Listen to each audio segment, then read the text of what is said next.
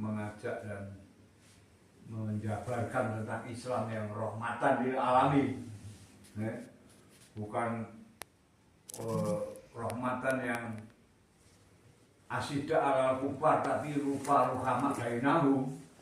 Banyak orang itu sekarang ini asyidah ala kufar dibalik asyidah bainahum, keras di antara sesama muslim dan mukmin. Ruhama ala kufar justru kepada orang kufur itu kasih sayang. Contoh Indonesia. Bagaimana mereka itu itu kan gak bener itu. Itu namanya asyidah baina muslimin, asyidah baina ruhama ala kufar. Dibalik mestinya ada ruhama bainahum, saling mengerti, saling berkasih sayang, saling bertoleransi, saling mengingatkan, saling mendoakan, saling membantu, saling tenggang rasa. Karena ngomong aja yang bagus. Fadzakir, kau ngomong aja yang baik. Fa inna dzikra tanfa'ul mu'minin. Saudara Andi. Karena sungguh omong yang baik, omong-omongan yang baik.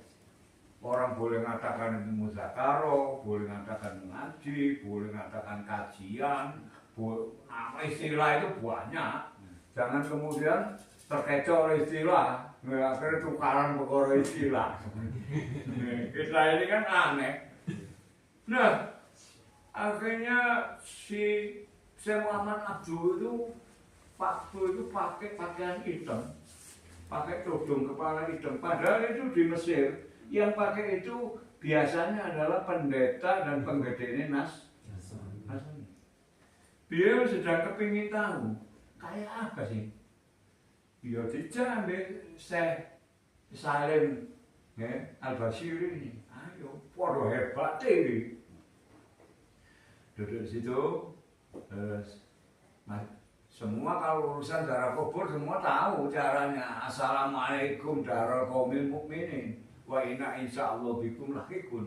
Ya kamu wa mustaqimina minna wa minkum nas'alullah mustaqirina lana wa lakumul afiyat. Maca la ilaha illallah la syarika lah lahul mulku wa lahul hamdu yuhyi wa yumiit wa huwa hayyul la yamut bi yadihil khairu wa ala kulli syai'in qadir. Ini kalau dibaca 3 kali dari hadisnya Nabi yang sahih mutawatir, dibaca 3 kali, semua yang ada di makom itu diampuni oleh Allah dan dihentikan azabnya. Apa dari bacaannya?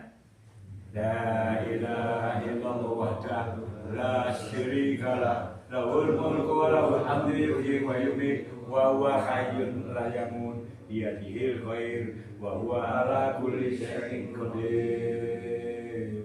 Dibaca 3 kali. Kalau salam kepada ahli kubur tadi itu ternyata gak hafal, ya cukup assalamualaikum ya alal kubur minal mukminin wal muslimin, selesai. Kalau kalimat wa inna asobikum lakikum itu maksudnya kau dan kami ini nanti pasti gombol gitu. Nastagfirullah lagi walakum, kami mohon ampun untuk kamu, untuk kami. Maksudnya itu. Maka Nabi menyatakan, idza dakoltumul mahbaro, kalau kau masuk, kalian semua masuk wilayah mahbaro, kuburan. Kul katakan, assalamualaikum ya ala kubur, atau assalamualaikum darul qaumil mukminin wa inna insyaallah bikum lahiqun. Ada sejahtera kalian semua dari Gusti Allah. Insya Allah kita akan gombol nanti. Jadi kita sebetulnya diajari untuk selalu ingat bahwa kita tidak langgeng di sini. Maka ada istilah dunia mampir ngombe tapi jangan dijadikan sesuatu yang sifatnya itu didramatis. Mau ngambil ngombe, mari ngombe budal orang ngono. Ambil ngombe itu artinya ada sesuatu yang tidak perlu terlalu dirisaukan. Gitu. Ada waktunya kita berangkat lagi meneruskan perjalanan gitu. Kudu sebenarnya ngomong, muridnya mampir ngombe ora usah. Lho, kebelai kowe iku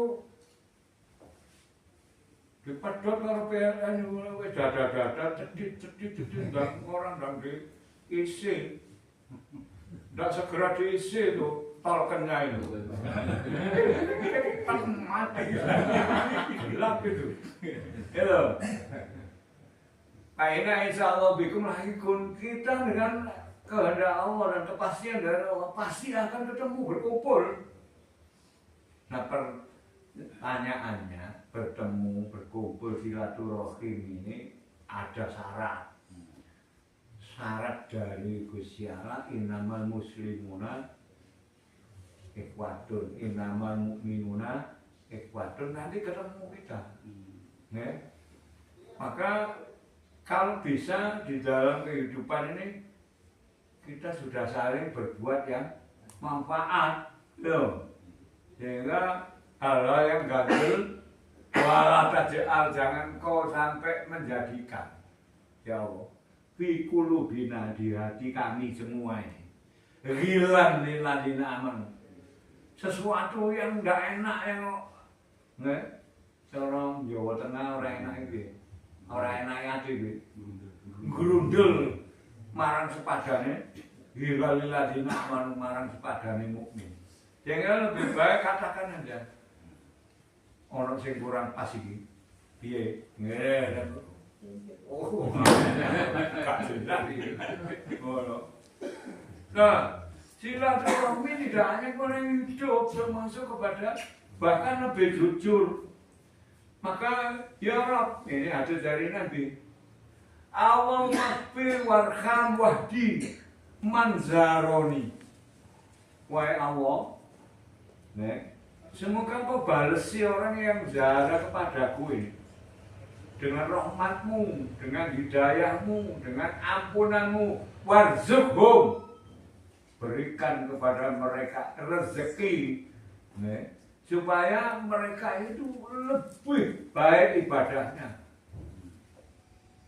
dibanding kami yang sudah masuk ke wilayah tertentu yang namanya alamul barzakh.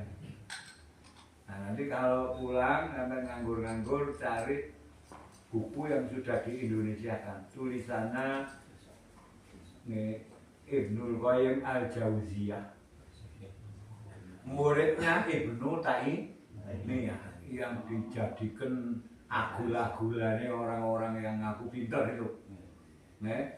Namanya kitab itu Ar-Ruh. Pernah dengar kan? Baca balen-balen. Itu potongan dari kitab namanya Bayan Ruh. Bayan Ruh itu juznya 36 berbahasa Arab. Itu kalau diterjemahkan sak raudu.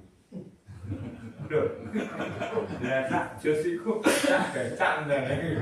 Lah sak juz iku sak tas ya 36 tas ngaji iku tok tas tas. Nah, kalau kemudian silaturahmi adalah buah dari takwa. Takwa itu hasil daripada ketaatan yang namanya ibadah. Salah satu ibadah itu adalah puasa roh. Maka sampean apal 185, 187 Baqarah. Sampean bisa baca itu. Bismillahirrahmanirrahim. Syahrul Ramadan alladzi unzila fihil Qur'an hudan linnas wa bayyinatin minal huda wal furqan. Paman sayda minkum sahra falyasum. Barang siapa di antara kalian ini yang masih hidup menangi, menyaksikan dan sebagai orang yang mengerti tentang adanya Ramadan dan terikat Assalamualaikum di dalam falyasum, maka diperintahkan untuk melakukan puasa. Dikuatkan lagi, ya ayyuhalladzina amanu, wahai hamba yang beriman. Hamba-hamba ini bentuknya jamak. Kutiba alaikumusiyam, telah ditetapkan dengan ketetapan wajib. Alaikum, kepada kalian semua, asya, puasa. Yang dimaksud puasa wajib Ramadan, ketetapannya wajib. Gitu. Terus kama kutiba alal ladzina min qablikum, Allah beri referensi. Jangan a priori, jangan merasa hanya kau, jangan pula merasa hanya kau yang diberi apa kewajiban ini. Tapi orang-orang sebelum kau yang beriman juga tetap punya kewajiban yang mirip sama dengan kalian. Saya tidak katakan sama persis, mirip sama. Nanti ada keterangan mengapa mirip sama, kok tidak sama persis. Ya, beda. Karena dulu puasa wisol boleh. Wisol itu sambung bersambung, kayak wong Jawa. Dari mulai sudah polo, sampai ngeblok. Si orang mana pati gini. Oke. Nah, kita enggak. Nabi Musa itu ngeblek pati geni 40 hari 40. Mana? Gua kuat lagi dah, ketam. Ya yang depan itu.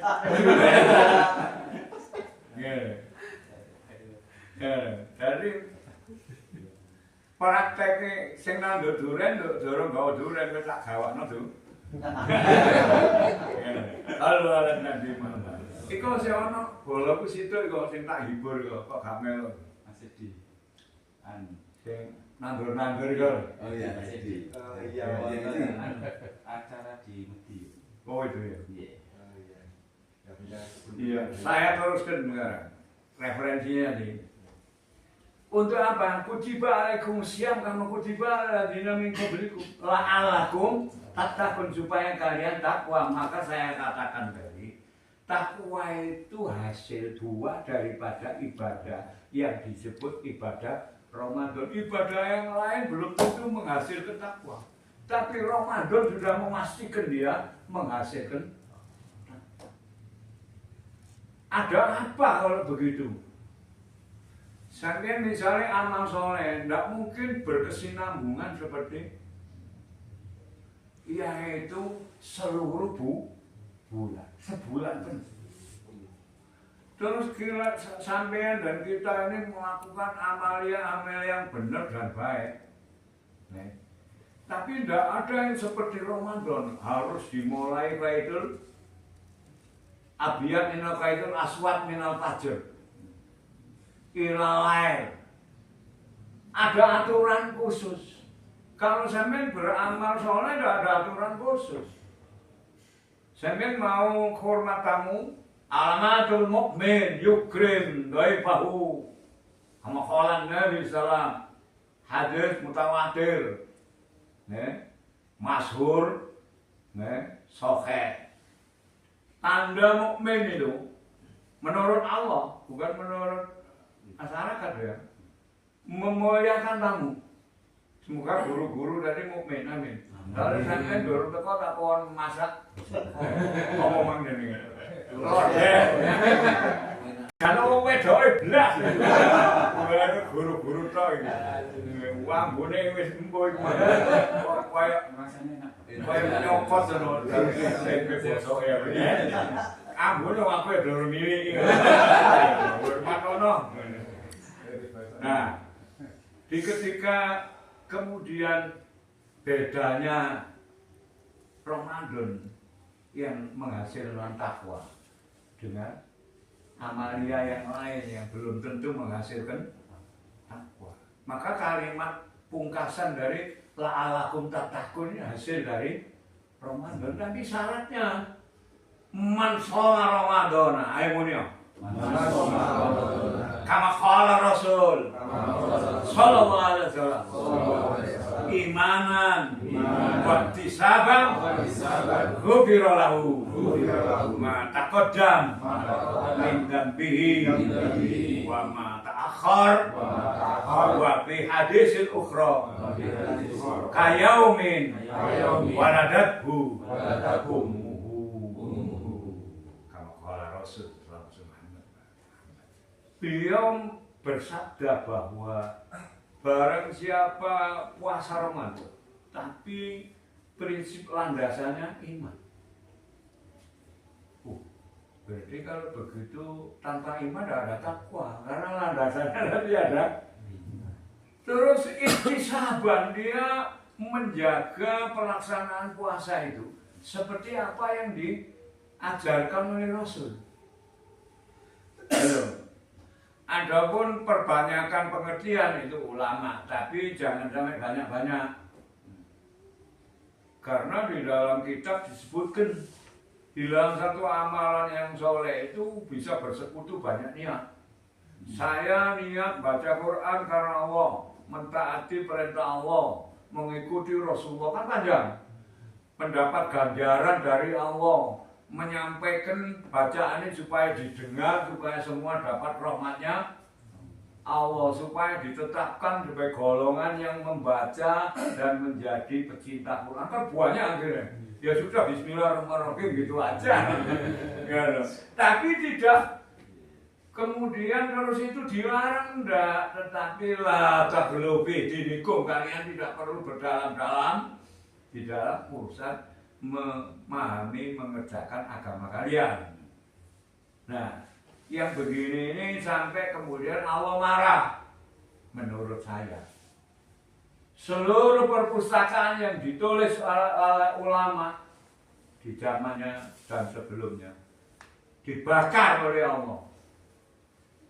Kejadian di ketika Allah memilih tukang angon sapi, angon jarang, angon wedhus, dan angon serigala.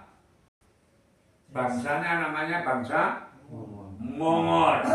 Dipilih oleh Allah untuk mengalahkan seluruh penghuni dunia. 2/3 dikalahkan, terutama penguasa-penguasa Muslim. Dibakar semua itu perpustakaan yang ada. Allah tidak suka.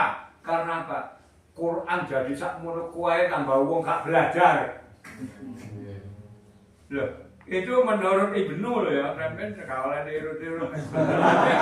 Soalnya yang inti, cara ini kan di dalamnya. Kalau carangane kakean, terus kemudian cerita intinya hilang. Bahaya ini nanti. Intinya kan Quran. Iqra ya Muhammad. Ma'ana bikor Iqra. Ma'ana Iqra. Iqra bismillah. Iqra yang pertama. Nabi Muhammad itu kawan Iqra jagat. Iqra yang kedua, suruh Iqra dirinya. Nabi belum ngerti, belum bisa. Iqra yang Muhammad, ma'ana bikor ampun. Sorry cara Jawa. Aku gak iso maca. Dirangkul. Itu kita tidak pernah belajar yang begitu. Mengapa dirangkul? Gitu. Lah wong gak iso gak kok rangkul. Kok mungso? Ya, ngerti enggak? Sampeyan mungkin pengajian balik gak krungu sing ngene. Dirangkul mana yang Jibril alaihissalam. Gak iso rangkulan. Dirangkul yang kedua, mosok saya gak ngerti ya. Dirangkul yang ketiga, Iqra bismi rabbikal ladzi khalaq. Bisa baca Nabi seluruh bacaan yang ada di jagat. Karena apa? Secara kauniyah alam ini dibaca. Loh kok bisa orang itu sebetulnya adalah jati dirinya Nabi. Maka orang banyak keliru. Alam ini perwujudannya Gusti Allah, keliru. Ini perwujudannya Nur Muhammad. Mulai hari ini jangan sampai keliru deh. Dari Mama Dede, Allah ada di mana-mana. Goblok apa? Kok ikuti pengajian ya? Melet kok. Itu Nur Muhammad itu ada di mana-mana. Ya. Kalau Allah itu maksa tidak terbilang, tidak bisa dibilang-bilang, tidak boleh disamakan, tidak ada yang menyamainya, tidak ada walam yakun lahu kufuwan laisa kamislihi syai'un subhana rabbika rabbil izzati amma yasifun. Jadi yang belajar ilmu manunggaling kawula Gusti mulai hari ini dirubah. Yang maujud ini Nur Muhammad. Oke. Baru benar. Lah Nur Muhammad itu jadi Nur Ahmad ya kalau sampean ngadeg sembahyang.